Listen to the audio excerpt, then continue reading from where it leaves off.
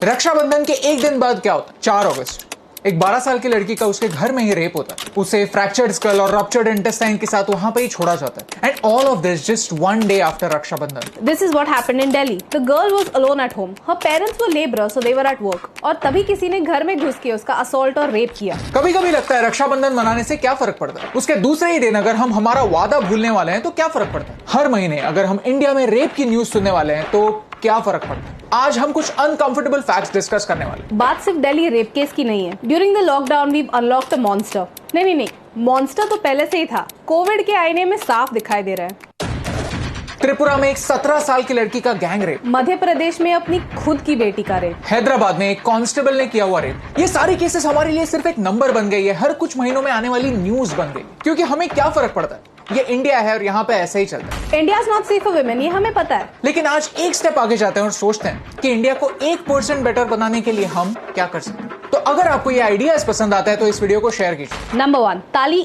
एक हाथ से नहीं बजती, ये सोच बदलनी पड़ेगी। लड़कियां रेप के लिए प्रोवोक करती हैं। लड़कियां रात को बाहर जाके लड़कों से बात करती हैं, इसीलिए तो रेप होता है। ये सारी चीजें शायद आपको रेडिकुलस लग रही होंगी, लेकिन आपके अड़ोस पड़ोस में लोग इन्हें सच मानते हैं। Let me clear it. Rape is not the victim's fault. Madhya Pradesh के केस में वो लड़की पुलिस के पास नहीं जा पाई क्योंकि उसके फादर ने उसका रेप किया था। शायद वो सोचती रही कि लोग क्या कहेंगे, फैमिली की क्या इज्जत रहेगी। Instead she went to her aunt. उसके बाद उसके फादर ने उसे फिर घर ले जाकर फिर से उसका रेप किया। ऐसा क्यों हो रहा है ये जानना जरूरी है। फैक्ट्स अनकंफर्टेबल होते हैं लेकिन जरूरी होते हैं। हमें एक ऐसा भारत बनाना होगा जहां पर हम ये अनकंफर्टेबल बातें कंफर्टेबली कर पाए, so that the monsters don't hide at your home, they go to jail. Number 2, sex education. When we're talking about educational reforms, why not introduce sex education as a subject? India का population 1.3 billion है। हम sex को comfortable मानते हैं लेकिन sex education को uncomfortable. लड़कों को लड़कियों की रिस्पेक्ट करना और लड़कियों को खुद को प्रोटेक्ट करना सिखाना होगा। Everyone should know the difference between good touch and bad touch. Good touch makes you feel warm and bad touch is just weird.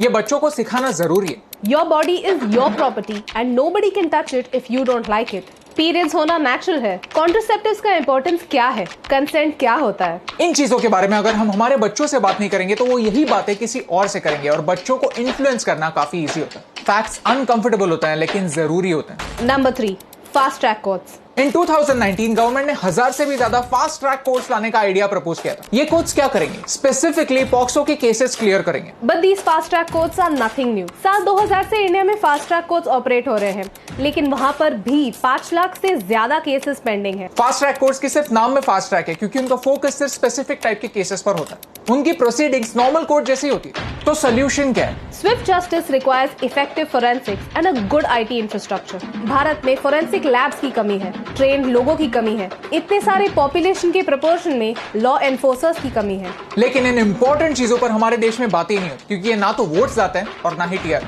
ये फैक्ट है and facts are uncomfortable. See, rape एक काफी sensitive topic है और हम इसमें कोई experts नहीं है, लेकिन जब तक हम सारे लोग आइडियाज शेयर नहीं करेंगे तब तक हम आगे कैसे बढ़ेंगे। So what are your ideas? Let's start a conversation. Tell us in the comments below. हमने इतने सारे रेप केसेस देखे हैं कि हमें पता है कि अभी एक ब्लेम गेम शुरू होने वाला है। एक पार्टी दूसरी पार्टी को ब्लेम करेगी, पुलिस पर प्रेशर बढ़ेगा और कुछ महीनों में सब शांत हो जाएगा।